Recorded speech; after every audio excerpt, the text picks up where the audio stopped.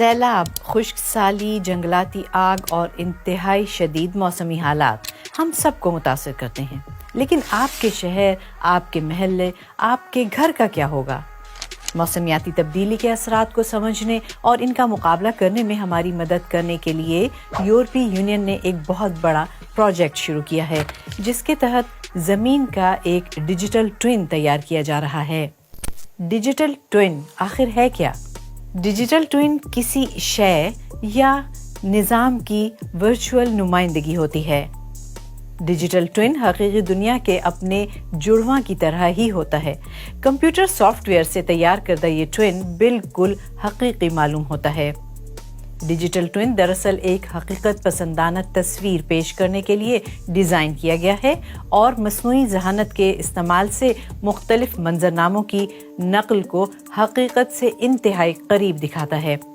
اس technology کا مقصد بہتر فیصلے کرنے میں ہماری مدد کرنا ہے۔ یورپی یونین کا پروجیکٹ ڈیسٹینیشن ارتھ یا ڈیسٹین ای اس سوال کا جواب بھی دے سکتا ہے کہ کیا یہ جگہ میرا گھر تعمیر کرنے کے لیے صحیح مقام ہے؟ ہم ڈیسٹین ای کو کس چیز کے لیے استعمال کر سکتے ہیں؟ یا ڈیسٹین ای پلیٹ فارم کے ذریعے مختلف سیمولیشنز قابل رسائی ہو سکتی ہیں؟ جی ہاں، ایسا ممکن ہے۔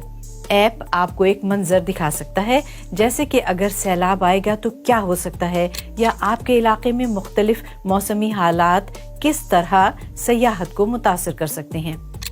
اگر آپ کسان ہیں تو آپ یہ دیکھنا چاہیں گے کہ آب و ہوا آپ کی فصل کو کیسے متاثر کرے گی، یا شاید آپ صرف یہ جاننا چاہتے ہیں کہ سولر پینلز کو کہاں نصب کیا جانا چاہیے۔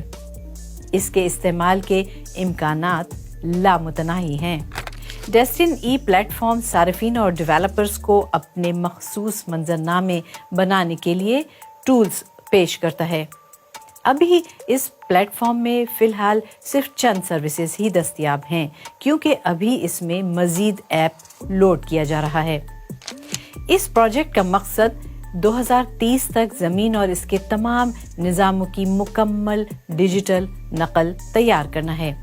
ڈیسٹین ای کیسے بنایا جاتا ہے؟ کور ایک بہت بڑا ڈیٹا بیس ہے جسے ڈیٹا لیک کہا جاتا ہے۔ یہ بڑے بڑے انوائرمنٹل ڈیٹا کنندگان جیسے کہ یورپین اسپیس ایجنسی، ارتھ آبزرویشن انسٹیٹیوٹ کوپرنکس اور ایسے ہی بہت سے دیگر اداروں سے ماحولیاتی ڈیٹا اکٹھا کر کے اسے مرتب کرتا ہے۔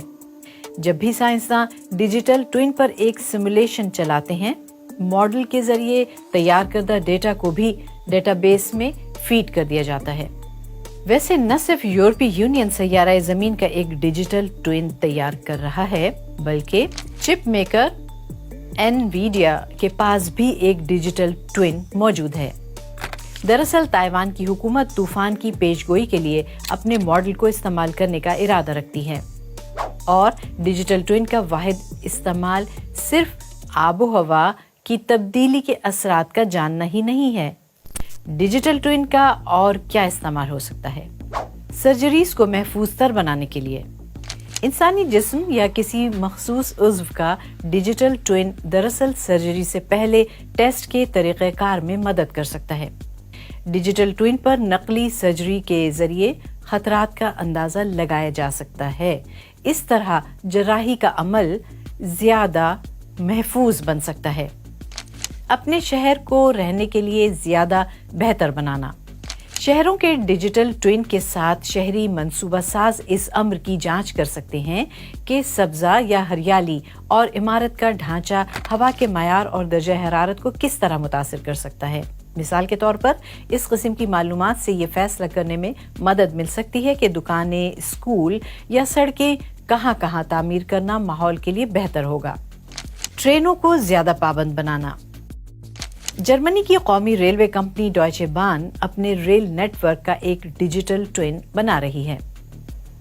ٹرین کے راستوں یا نظام الاوقات میں تبدیلیوں کے سیمولیشن یا اسے نقل کر کے یہ اندازہ لگایا جا سکتا ہے کہ مسافروں پر اس کے اثرات کیسے مرتب ہوں گے، اور یوں مسافروں کے لیے نقل و حرکت میں مشکلات کا سبب بننے والی رکاوٹوں کو کم کرنے میں مدد مل سکے گی۔ مختصر یہ کہ ڈیجیٹل ٹوئن کا مقصد کارکردگی کو زیادہ سے زیادہ بہتر بنانا اور خطرات کو کم کرنا ہے۔ تاہم ڈیجیٹل ٹوین بنانے کے لیے کمپیوٹنگ پاور کی ضرورت ہوتی ہے جو فی الحال صرف بڑے اداروں کے پاس ہی ہے۔ یہ وہ کمپیوٹر ہے جو انویڈیا کی ڈیجیٹل ارتھ کو چلاتا ہے۔ لیکن کون جانے مستقبل میں جب ہم ڈاکٹر کے پاس جائیں گے تو ہم سب اپنی جیبوں میں اپنے اپنے ڈیجیٹل ٹوین لیے ہوں گے۔ کتنی حیرت انگیز بات ہے نا؟